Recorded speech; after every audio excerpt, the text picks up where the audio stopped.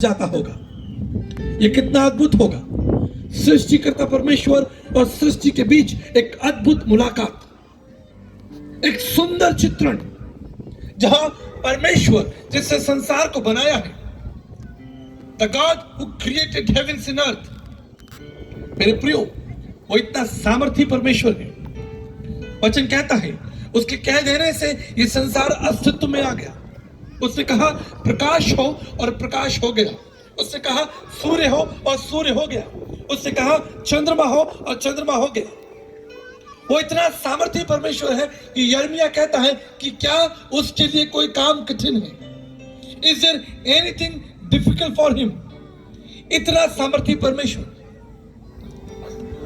इस समय जब आप यहां बैठे हैं, आप जानिए कि आप 1675 किलोमीटर प्रति घंटे की रफ्तार से घूम रहे हैं। ये पृथ्वी हवा में 1675 किलोमीटर प्रति घंटे की रफ्तार से घूम रही है। ना केवल इतना, 1,07,000 किलोमीटर प्रति घंटे की रफ्तार से ये पृथ्वी सूर्य का चक्कर लगाती है। प्रत्येक दिन सूर्य आपको प्रकाश देता है। 8.5 मिनट में सूर्य का प्रकाश पृथ्वी तक पहुंच जाता है। संपूर्ण मानव जाति को प्रकाश और ताप देने के लिए सूर्य का ताप इस पृथ्वी के लिए जरूरी है, क्योंकि उसके ताप के द्वारा ये पृथ्वी में एक सामान्य टेम्परेचर, एक वातावरण बना रहता है, और पेड़ पौधे और पशु पक्षी भी उस ताप में जीवित रहते हैं। अगर सूर्य का ताप इस पृथ्वी पर ना पड़े तो 25 दिन के अंदर ये पृथ्वी इतनी ठंडी हो जाएगी कि मनुष्य का इस पर रहना दुर्लभ हो जाएगा। सभी जीव जंतु मर जाएंगे। लेकिन 6,500 साल से प्रत्येक दिन सूर्य अपना प्रकाश आपको देता है, क्योंकि एक सामर्थी परमेश्वर की आज्ञा है। एक सामर्थी परमेश्वर, अद्भुत, विराट और अगम्य, जिसके कह देने से समुद्रों की सीमाएं थम जाती हैं। इतना विराट परमेश्वर, उसने मनुष्य को बोलकर बना दिया। उसने मनुष्य के अंदर अपना प्राण दे दिया। इसलिए दाऊद कहता है, क्या ही धन्य है जो उसकी शरण लेता है, क्या ही धन है जो उसके पास जाता है। दाऊद एक राजा है। King David is a king, he is a king. वो एक राजा है और लोग उसकी शरण में आते हैं। प्रजा राजा की शरण में आती है, लेकिन राजा कहता है क्या ही धन है यहोवा परमेश्वर जो मनुष्य उसकी शरण लेता है। मेरे प्रिय भाई और बहनों, इतना समर्थी परमेश्वर जो आपसे प्रेम करता है, आपकी चिंता करता है, उसके पास आपके लिए एक अनंत इच्छा है। उसने आपको इसलिए नहीं बनाया कि आप एक दिन खाएं पिए और मर जाएं। आपका ये शरीर मिट्टी में गाड़ दिया जाए और इसे कीड़े खा जाएं। परमेश्वर ने आपको इसलिए नहीं बनाया। परमेश्वर ने आपको इसलिए बनाया कि आप उस परमेश्वर के साथ अनंत काल की संगति करें। अनंत काल की संगति। अगर आप उत्पत्ति की पुस्तक उसका पहला अध्याय और दूसरे अध्याय को ध्यान से पढ़ेंगे तो आप देखेंगे कि परमेश्वर किस तरह से आदम और हवा से मिलने के लिए आया करते थे और वहां पर वो बैठकर अद्भुत बातें किया करते होंगे। ये कितना सुंदर चित्रण होगा। लेकिन एक दिन क्या हुआ?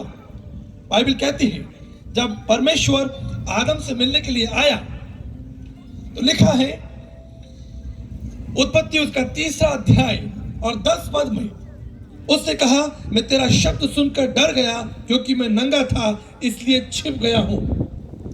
यह परमेश्वर की इच्छा नहीं थी। परमेश्वर तो मनुष्य के साथ संगति करना चाहता है। परमेश्वर तो प्रत्येक दिन आपके साथ संगति करना चाहता है। He wants to have fellowship with you। लेकिन यह क्या हो गया? आदम जो परमेश्वर की सबसे सुंदर रचना है, जो परमेश्वर के लिए सबसे प्रिय है, जो परमेश्वर की सबसे प्रिय प्राणी है, वो कह रहा है कि मैं तेरा शब्द सुनकर डर गया और मैं झाड़ी में छिप गया हूं। मेरे भाई और बहनों, मैं पिछले लगभग 18 साल से इस परमेश्वर का प्रचार कर रहा हूं। मैं किसी धर्म का प्रचार नहीं करता, ना किसी समाज का प्रचार करता हूं, लेकिन मैं सृष्टिकर्ता परमेश्वर का प्रचार करता हूं, जो मनुष्य से प्रीति रखता है, जो मनुष्य की चिंता करता है, जिसके पास मनुष्य के लिए अनंत के लिए योजना है। एक दिन मैं सुबह के समय प्रार्थना कर रहा था, अपना ब्रेकफास्ट नाश्ता कर रहा था, और तभी मैंने अखबार में एक खबर देखी। मैंने देखा कि एक जवान लड़का जिसकी उम्र लगभग 22 साल थी, उसने ट्रेन के आगे कूदकर आत्महत्या कर ली। सुबह का समय था। इस खबर ने मुझे बहुत चौंका दिया, और मेरे मन में एक प्रश्न आने लगा। हमने पढ़ा कि परमेश्वर सामर्थी है, सर्वज्ञानी है, उसके कह देने से प्रकाश हो गया, उसके कह देने से ये पृथ्वी और सूर्य और चंद्रमा और सब कुछ अस्तित्व में आ गया। उसके वचन में सामर्थ है, उसके वचन में जीवन है। तो मेरे मन में एक प्रश्न आने लगा, परमेश्वर, जब वो जवान व्यक्ति उस ट्रेन के आगे कूद रहा था, आप कहां थे? क्या आप उसका हाथ पकड़कर उसको ट्रेन के सामने से बचा नहीं सकते थे? या क्या आप बोलकर उस ट्रेन को रोक नहीं सकते थे? मेरे प्रिय भाई और बहनों, हो सकता है आपकी जिंदगी में भी ऐसे कई सवाल आते हो, जब आप किसी समस्या से घिर जाते हो, जब आप किसी दुर्घटना का शिकार हो जाते हो, जब आप देखते हो कि आपके जीवन में ऐसा क्यों हो रहा है, आप परमेश्वर से सवाल पूछना शुरू कर देते हैं, परमेश्वर, मेरे जीवन में ये बातें क्यों हैं? आप कहां हैं? लेकिन याद रखिएगा, मैं एक वचन आपके सामने पढ़ने जा रहा हूं। बाइबल कहती है, व्यवस्था विवरण उसका 30 अध्याय और उसके 15 से 19 तक। व्यवस्था विवरण उसका 30 अध्याय, और अगर आप 15 से 19 तक पढ़ेंगे, यहां लिखा है, सुन, मैंने आज तुझे जीवन और मरण, हानि और लाभ दिखाया है। अगर आप 19 पद पढ़ेंगे, वो लिखा है, मैंने आज जीवन और मरण, आशीष और श्राप तुम्हारे आगे रखा है, इसलिए तुम जीवन को चुन लो। इस वचन पर मनन कीजिए, इस पर चिंतन कीजिए। बाइबल कहती है कि परमेश्वर ने मनुष्य को उपहार दिया, और वो उपहार क्या था? वो उपहार थी परमेश्वर की समानता। उस समानता में 3 महत्वपूर्ण चीज हैं। पहला है इंटेलेक्ट, अर्थात सोचने, समझने और निर्णय की शक्ति। आज जब आप इस स्थान पर बैठे हैं, या आपने सोचा कि मैं इस सभा में जाऊं, मुझे उस सभा में जाना चाहिए। यहां पर जब जवान गीत गा रहे थे, उन्होंने सोचा आज से 5 साल पहले, 3 साल पहले, कि क्यों ना मैं कीबोर्ड सीखूं और मैं गीत गाऊं, परमेश्वर की आराधना करूं। ये सब कुछ सोचने से शुरू होता है। बाइबल कहती है, परमेश्वर ने मनुष्य को सोचने का उपहार दिया है। मनुष्य चिंतनशील प्राणी है। आधुनिक दार्शनिक और प्राचीन दार्शनिक सुकरात ने भी कहा है कि मनुष्य एक चिंतनशील प्राणी है। मनुष्य सोचता है, और सोचने का ये जो उपहार है, ये परमेश्वर ने मनुष्य को दिया है। इंटेलेक्ट, सोचने की शक्ति। दूसरा है विल, इच्छा शक्ति। सोचने के बाद आप क्या निर्णय लेते हैं, ये आपके हाथों में है। आपने सोचा कि मुझे उस सभा में जाना चाहिए, और आपने अपनी इच्छा शक्ति, अपने निर्णय को लिया, और आज आप इस सभा में आए। सोचने के बाद हो सकता है कि बहुत सारे लोग अपने घरों में बैठे हों, या कहीं दूर से सुन रहे हों, लेकिन आपने सोचने के बाद निर्णय लिया। You decided, you choose to come, निर्णय लिया। और तीसरा उपहार है भावनाएं। भावना, हमें अच्छा लगता है, हमें बुरा लगता है, हम दुखी होते हैं। बाइबल कहती है, जब यीशु मसीह मंदिर में गया, तो उसने देखा कि मंदिर में वहां व्यापार हो रहा है, और यीशु मसीह को क्रोध आया। समस्त पवित्र शास्त्र बाइबल में हम यीशु मसीह को सिर्फ एक बार क्रोधित होते हुए देखते हैं, जहां उसने मंदिर के लोगों को व्यापार करते देखा और उससे गुस्सा आया, एक भावना प्रकट हुई। बाइबल कहती है जब लाजर की कब्र पर यीशु मसीह गया तो यीशु मसीह रोने लगा, उसकी आंखों से आंसू बहने लगे। He started crying। ये एक भावना है। ठीक इसी तरह हम मनुष्य के पास अलग अलग समस्याओं में अलग अलग समय में भावनाएं होती है, इंटेलेक्ट, विल और इमोशंस। और वचन कहता है, बाइबल कहती है कि उस परमेश्वर ने मनुष्य को स्वतंत्रता दी है। आप अपने जीवन में उस स्वतंत्रता को, उस बुद्धि को और उस इच्छा शक्ति को उपयोग कर सकते हैं। परमेश्वर आपका हाथ पकड़कर आपको जीवन के पास नहीं ले जाना चाहता। परमेश्वर आपको स्वतंत्र देता है, आपको स्वतंत्रता देता है। जब आप शराब पीते हैं, जब आप गाली देते हैं, जब आप झगड़ा करते हैं, परमेश्वर आपको रोक सकता है। लेकिन चूंकि परमेश्वर ने आपको एक उपहार दिया है, एक उपहार, जब आप किसी को उपहार दे देते हैं तो आप बार बार जाकर उससे पूछते नहीं वो उपहार कहां है, आप उसे दे देते हैं। मुझे याद है आज से कई सालों पहले मैं और मेरी पत्नी एक बर्थडे पार्टी में गए। यह एक छोटे बच्चे का जन्मदिन था और उस समय सन 2007 की बात है। मैंने उसके लिए एक उपहार खरीदा और उस उपहार की कीमत 500 रुपए थी। और वो उपहार लेकर मैं उस छोटे बच्चे के बर्थडे में गया और मैंने उसको वो उपहार दिया। उसने उस उपहार को खोला और वो खुश हो गया। वो एक खिलौना था और वो उसी जगह पर उस खिलौने से खेलने लगा। मुझे देखकर खुशी हुई कि वो खिलौना उसको पसंद आया। 3 दिन के बाद किसी दूसरे काम से मुझे उस घर में वापस जाना पड़ा, क्योंकि वो मेरे एक मित्र का घर था।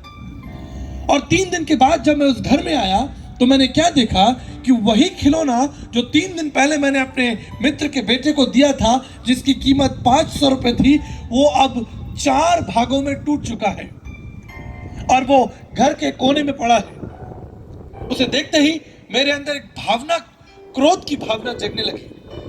मैंने सोचा मैंने इसके लिए 500 रुपए कीमत चुकाई है और केवल 3 दिन के अंदर इस छोटे बच्चे ने उस खिलौने को तोड़ दिया। मैं बहुत गुस्सा हुआ।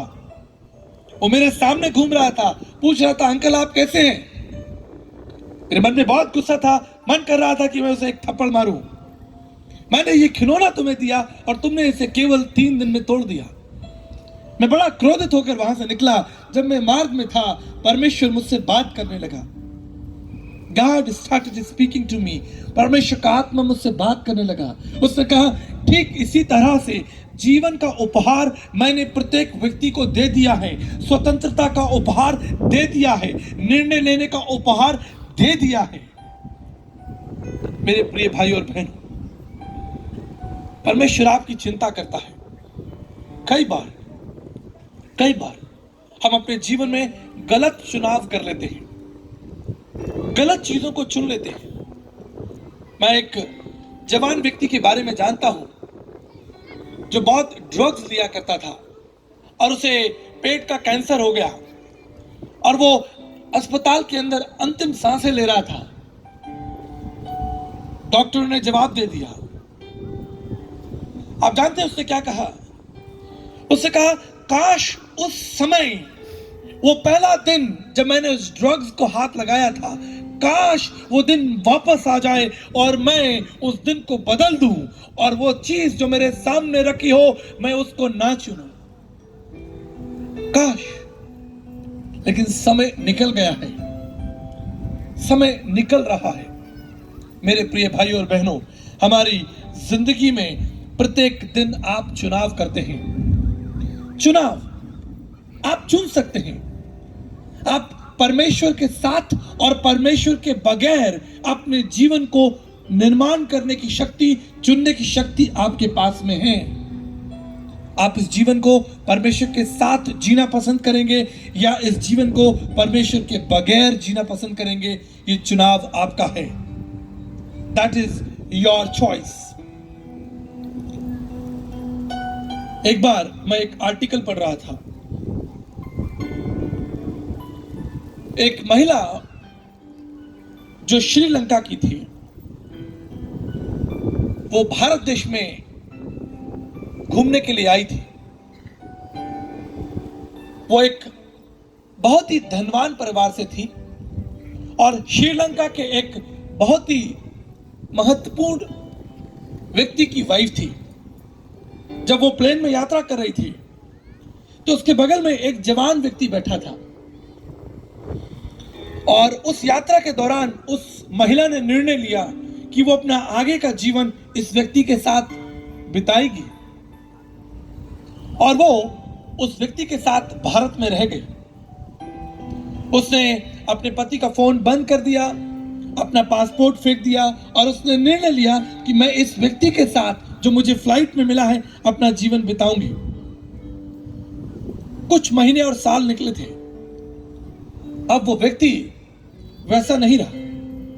वो उस महिला को मारता है, उसे डांटता है, उसे भूखा रखता है। उस महिला के जीवन में मानो बहुत सी निराशाएं और बहुत सी चिंताएं और बहुत सी दुर्घटनाएं होने लगी। ऐसी एक सभा चल रही थी। परमेश्वर के दास चुनाव के ऊपर प्रचार कर रहे थे।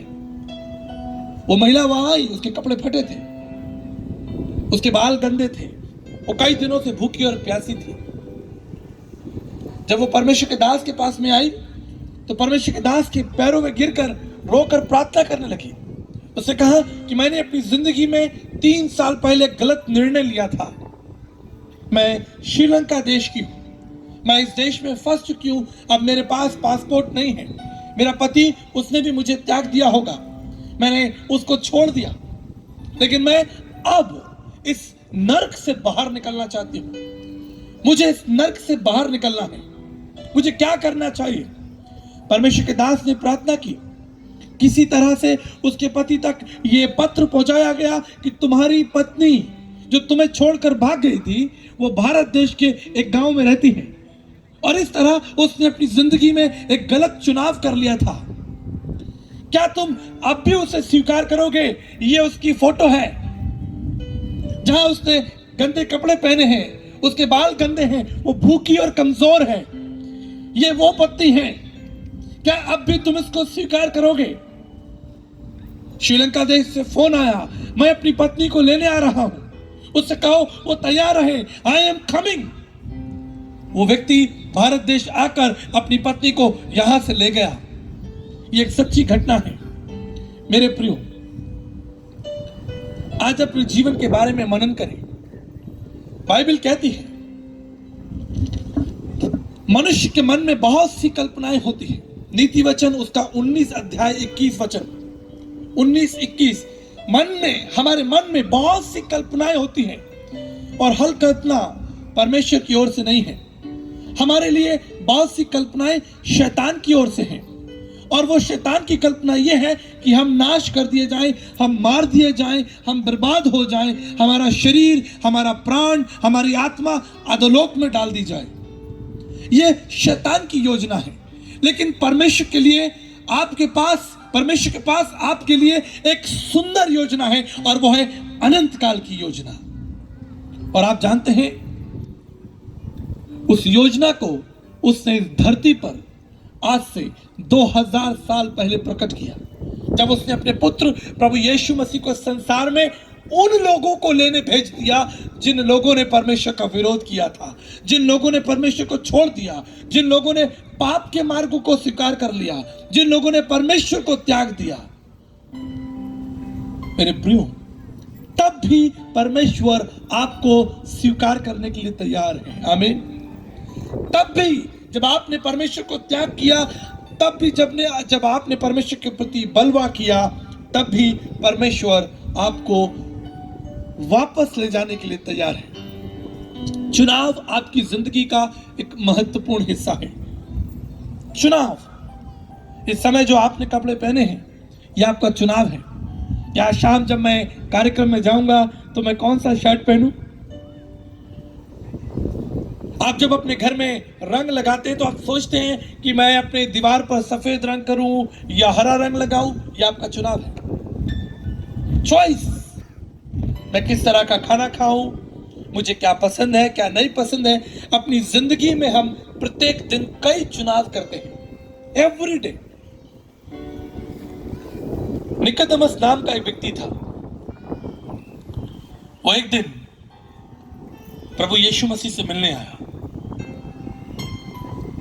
बाइबल कहती है कि वो यहूदियों का सरदार था, बड़ा ज्ञानी था, बड़ा पढ़ा लिखा व्यक्ति था, व्यवस्था को और धर्म को समझता था। यीशु के पास आया और उसने कहा कि प्रभु यीशु, जो कुछ आप कह रहे हैं, जो कुछ आप कर रहे हैं, वो केवल और केवल परमेश्वर ही कर सकता है।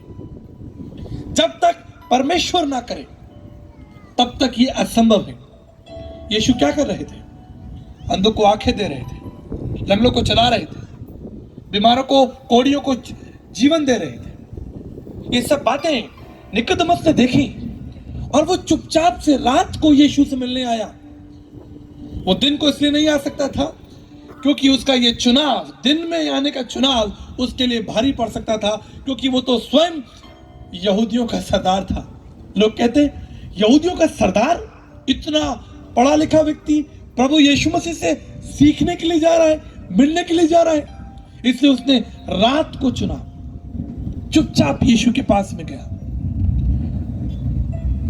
आप जानते हैं, अगर आप पवित्र शास्त्र बाइबल पढ़ें, यूहन्ना उसका 3रा अध्याय, this is the longest discussion Jesus ever had with someone. सबसे लंबी बातचीत, सबसे लंबी बातचीत अगर प्रभु यीशु मसीह ने किसी से की है तो वो निकोदेमस से की है। और सबसे सुंदर वचन जिसे हम अपने बच्चों को सिखाते हैं वो क्या है?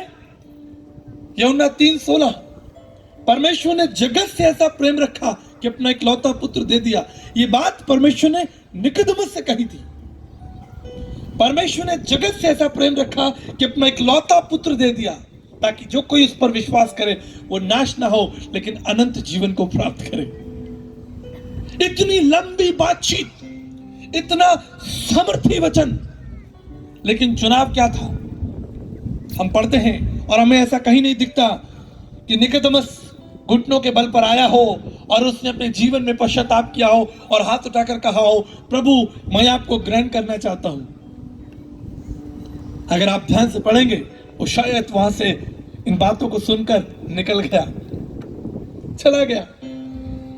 चुनाव, जीवन पास में था, जीवन सामने था, सामने प्रभु यीशु मसीह सामने था, परमेश्वर का अनंत जीवन सामने था, लेकिन वो व्यक्ति उस समय उसे चुन नहीं पाया।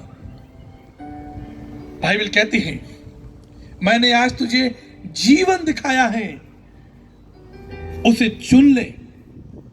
टुडे इज द डे, आज जीवन को चुन ले। दूसरी तरफ एक और घटना है, जब पौलुस और सिलास जेल के अंदर बंद हैं और वहां वो स्तुति और आराधना कर रहे हैं, गीत गा रहे हैं जेल के अंदर। आप देखिए कितना सुंदर चुनाव, जेल के अंदर स्तुति और आराधना की जा रही है। शायद कोई और होता तो वो बड़बड़ाता, गुस्सा करता, प्रभु मैं आपकी सेवा कर रहा था, आपने मुझे जेल में डाल दिया। मैं तो आपका प्रचार कर रहा था और देखो आपकी सेवा से मुझे मार पड़ी, मेरा शरीर घायल है। लेकिन उस कठिन परिस्थिति में उन्होंने आराधना को चुना, उन्होंने चिड़चिड़ाहट को नहीं चुना, उन्होंने अहंकार और गुस्से को नहीं चुना, उन्होंने परमेश्वर का विरोध नहीं चुना, लेकिन परमेश्वर की आराधना को चुना। और आप जानते हैं क्या हुआ? जब वो जेल में आराधना कर रहे थे, जेल के फाटक टूट गए, वो हथकड़ियां खुल गई।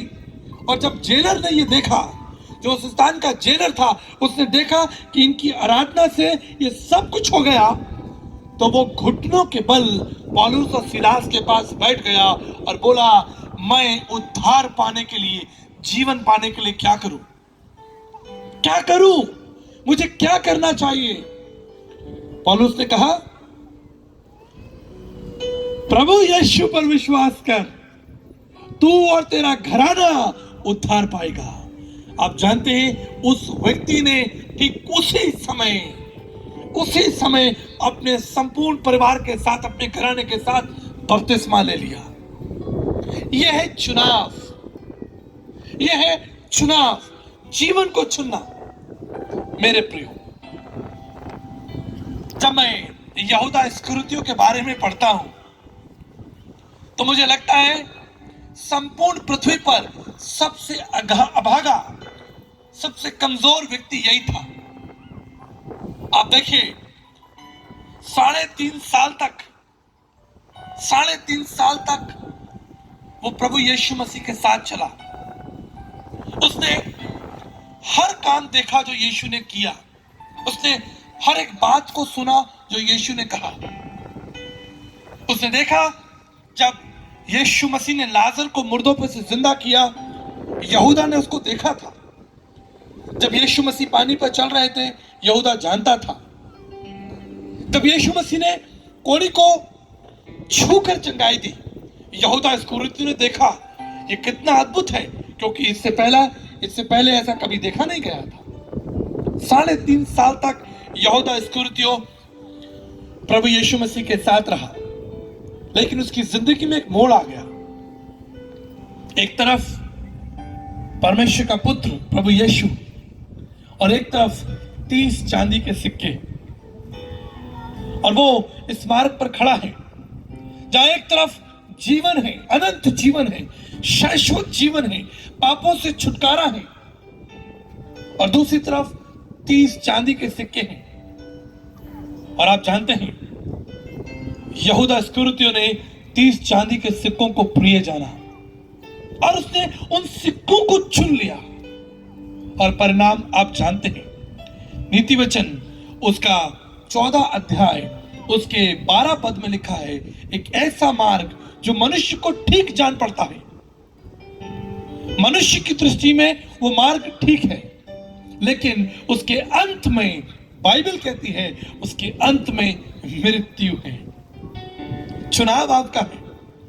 परमेश्वर आपका गला पकड़कर, आपका हाथ पकड़कर आपको कोई भी चीज चुनने के लिए दबाव नहीं देगा। कई बार ऐसी घटनाएं आती हैं कि हम लोग मसीह समाज जो प्रभु यीशु मसीह का प्रचार करते हैं, हम किसी को जोर जबरदस्ती नहीं करते, हम सिर्फ जीवन की बातों को उनके सामने रखते हैं। चुनाव आपका है, चुनाव आपका है। What you are going to choose? जीवन और मृत्यु, बाइबल कहती है, दोनों ही हमारे सामने हैं। आप देखिए क्रूस पर उस डाकू को। जब यीशु मसीह क्रूस पर था तो उसके दाएं और बाएं 2 डाकू थे। उसमें से एक डाकू ने क्या चुना? उसने प्रभु यीशु मसीह पर हंसी, उस उल्हाना को, उस ताने को चुन लिया। उसने यीशु का मजाक उड़ाया। उसने कहा, तू यहूदियों का सरदार है, तू प्रभु यीशु है, तू वही है जिसने अंधों को आंखें दी, मुर्दों को जीवित किया। क्या तू अपने आप को और हमें नहीं बचा सकता? दूसरी तरफ दूसरा डाकू, अंतिम क्षण है, क्रूस पर टंगा है, मर रहा है। उसने यीशु की तरफ देखा और कहा, हे प्रभु, जब तेरा राज्य आए तो मुझे याद रखना। Remember me in your kingdom. उसने जीवन को चुन लिया। कब? जब वो बिल्कुल मरने वाला है। आप जानते हैं, उस कठिन परिस्थिति में, जब सब कुछ नष्ट होने जा रहा है, जब सब कुछ खत्म होने जा रहा है, जीवन खत्म हो रहा है, प्रभु ने कहा, आज ही तू मेरे साथ स्वर्ग में होगा।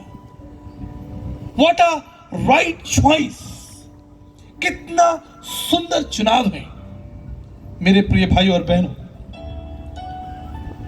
जीवन बहुत लंबा नहीं है, ये केवल 70 और 80 साल के लिए है,